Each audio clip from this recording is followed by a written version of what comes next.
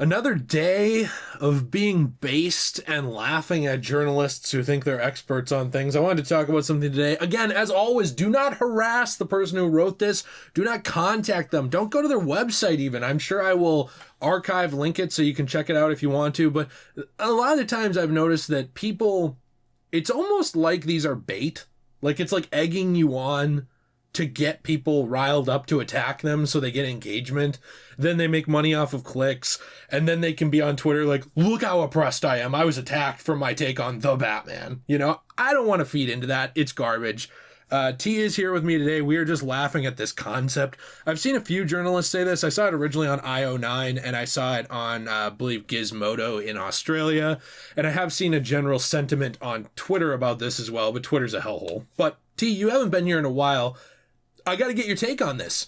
Is the Batman, is it too long? It's just going to be trash. We shouldn't watch it. Dude, it's great to be back, and I'm glad you said that, because that's exactly what I think. I think Gizmodo is on the right path, and I think that right at the 3-hour mark is too much. I hated Avengers Endgame. Lord of the Rings, all 3 movies, complete and utter trash. So I'm really glad that we're identifying these long movies are just really a waste of time, and we shouldn't do it. I wish the Snyder Cut was 20 minutes. You know, I think that would have been better. It would have been like, if they just Superman's dead. Oh, wait, I resuscitated him with a heart paddle. He's back. And we beat Steppenwolf. The end. Yeah, everyone would be like, I really wish there was just a 20-minute scene where they were just doing like the singing when Aquaman goes into the water. I wish it was Wonder Woman doing Pilates on top of Batman while he's texting Lois Lane back about that drop plot thread where he was going to bang her. Yeah. That's really cool, dude. No, the thing with this that's really funny to me is I think we're of the same mindset here, right? Like, jokes aside, your movie should be as long as your movie needs to be to tell a good story effectively, to connect with the people who are paying to see the movie, right? Because this is also a problem I have. Like when we were talking about the Batgirl suit and Supergirl and all this stuff, right? There was a subset of people who said, well, creators don't have to do anything to like appeal to the fans. They can do whatever they want. It's just their vision totally. It's like, yeah, their vision should be respected. But if you're making your thing for an audience of one only, you're just doing the, you know, I know some people connected with The Last Jedi, so I'm not trying to like rag on people like that. But if you're going the Last Jedi approach, right, where it's like, I actively know tons of people will hate this. I actively know that people will not connect with or like this direction, but I'm doing it for me. Fuck them. That kind of seemed like the mindset with that movie. And I've seen movies like that. It can pan out, but generally what ends up happening with movies like that is people aren't interested. They lose interest in follow-ups. They lose interest in that sort of thing, you know, especially when we're dealing with big IPs. I think there needs to be some kind of balance. It's like, yes, the creator's vision needs to be maintained. Otherwise, you don't hire that creator. You don't bring in James Mangold to make Logan and then make him make X-Men Origins Wolverine or something like that with studio interference. We see that over and over again. But also, you know, it needs to connect with those fans too. People need to be able to get into it. People need to enjoy your story. You need to make something that people connect with and that honors this thing that people care about. And if the length of your movie being 3 hours is how you do that while preserving the director's vision, to me, that's a good thing. What are we complaining about? And I guess that's what I'm a little bit confused about too, is that you can have a film like this be as long as you need it to be to tell the story and have the right pacing, which is, I think, incredibly important. And you see that in good movies like Endgame and Lord of the Rings, these longer ones where the pacing is solid and it keeps you engaged throughout the film. And there are definitely slower parts in there.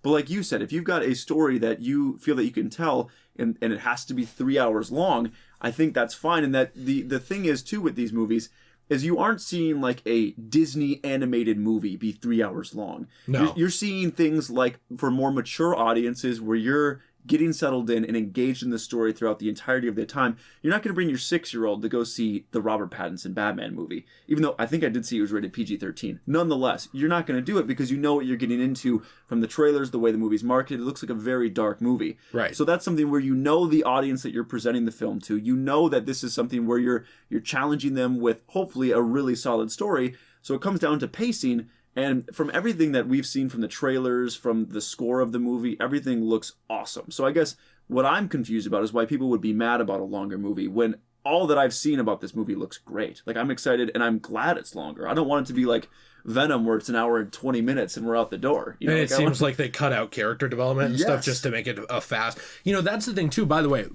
an hour, 20 minutes, and we're out the door. You know what a lot of people don't realize about this stuff? They don't realize that they make these movies intentionally shorter a lot of the times to eke out an extra showtime here or there to make more money. You realize that is like I'm not saying capitalism bad here. I'm just saying that is a capitalist, corporatist thing that is done on purpose in order to get more show times, in order to actually get people to see the show more times. Because guess what? If Venom is going to make $1 billion, it's going to make that money easier at an hour and a half just being fun drivel. I like Venom. I like Venom too. They're fun. They're not very good movies, but they're fun. They're fun movies, yeah. And they're short enough that like people can get in multiple showtimes. I know when Jill and I went and saw Venom, Let There Be Carnage, I got to say that, not Venom 2. Let There Be Carnage. Yeah. There wasn't much carnage, by the way. No, there really wasn't. No. Let There Be Carnage as in he throws someone against a wall and we cut away. Yeah, that's all we needed. But, with that movie, it was like less than 2 hours. Jill and I saw it and immediately after that saw a showtime of Halloween Kills. Like we walked literally down the hallway. And obviously we paid for it. We're not some kind of psychopaths here. Yeah, you degenerate. Support the industry. Yeah. We walked down the hallway, literally a 10-minute later showtime after that ended, watched Halloween Kills, also fairly short because it was a horror movie. Boom, done. It was basically like probably, I'm going to say we were probably at the movie theater 3.5, 4 hours. We had done tons of work the week before to make time for that. And that's what I'm getting at with this is they do that all the time on purpose to try and get you to see it again or get more people to see it. Because guess what? If you have Avengers Endgame and it's 3 hours long, you can play that less times in a day in a single theater than you can play Venom, Let There Be Carnage. You just can.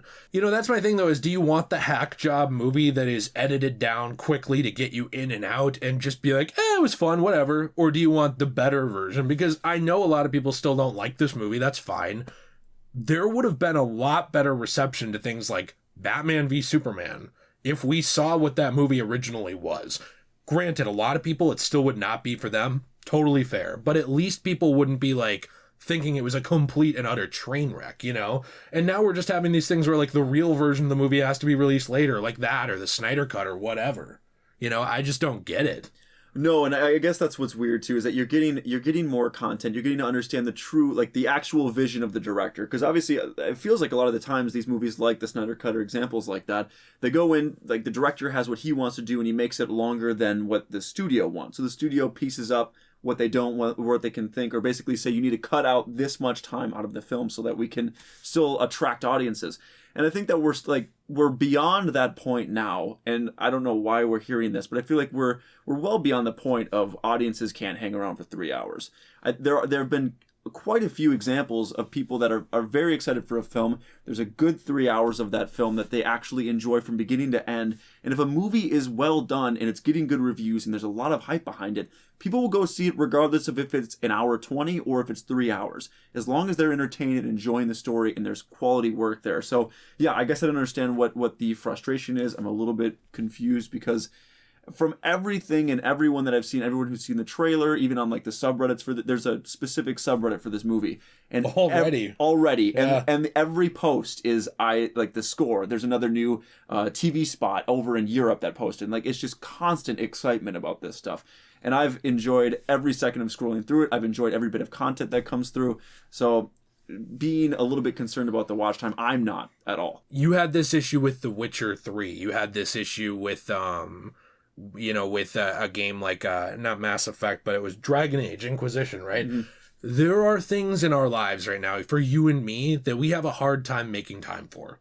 Okay, both of us. Or committing to, per se. Yes, yeah. Because like, so for example, you work a lot.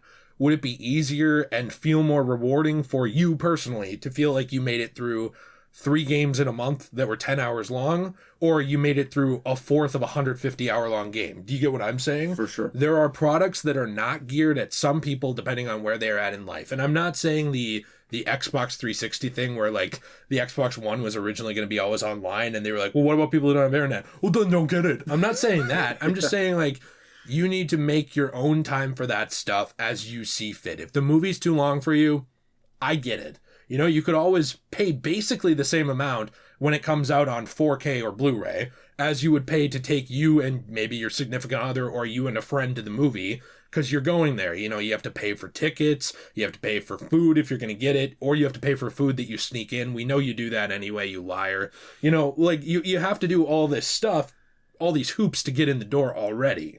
You're already paying probably $20, $30 to go see this movie if you have more than one person. Or you could just buy it and watch it over 2 or 3 sittings if it's too long for you, but you're interested, you know? I had to do that with the Snyder Cut. We did not have time to watch it all in one night because I do work a lot.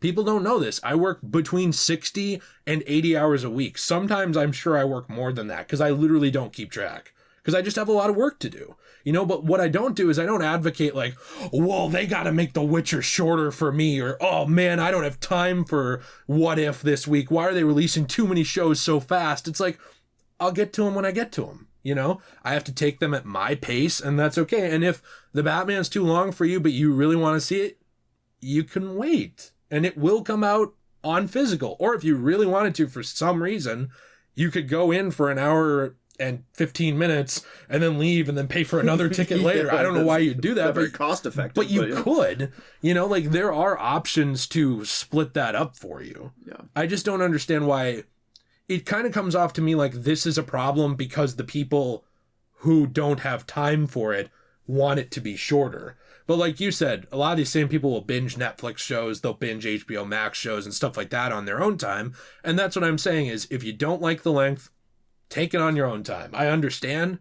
There's some things that are really long and hard to sit through. I love the Blues Brothers. I never watched that movie in one sitting. I just don't have time. And I don't have time right now to commit to Persona 5, to beating it right now. I just don't have time. I would never advocate that Persona should be shorter for the sake of it. I would just say, I'll get to it when I have time. Right.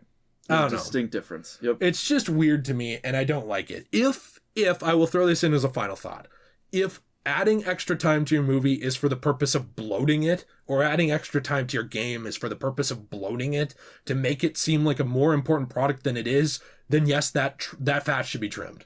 Absolutely. It's what's best for the art, what's best for the creator, and what's best for the fans. There has to be a middle ground there somewhere where everyone comes together and is happy, and if you don't have that, why did we bother making this? If it's just for the director, that should have stayed on Wattpad as fan fiction. If it's just for the fans could have made the fan film on a like $50 budget. Right. There needs to be a compromise. Right. And it's about pacing at that point. Once again, it comes down to putting things that are important, that you think is going to further the story and keep the audience engaged, and it actually matters. And there's a well-written story there, which Matt Reeves seems like someone who took this very, very seriously. Yeah. Same with Pattinson. Everyone on the crew. I mean, this seems like a very, very serious movie. So I see no reason why there'd be anything bloated, why there's nothing there that shouldn't be. Things in life that are long other than Degenerate J are not good. I know what you mean exactly by that in many ways. Let us know in the comments down below. And we have links in the description to everything, including our social medias, secondary channel Degenerate Plays, where we play through a ton of games. And we also have our wonderful, wonderful, beautiful, ravenous, glorious, gorgeous Jillian's Enchanted Glamor Etsy store, where she makes a ton of cool stuff that goes to help support the channel. We appreciate you very much, Jill. Thank you. Have a fantastic day, and as always, everyone, stay shui.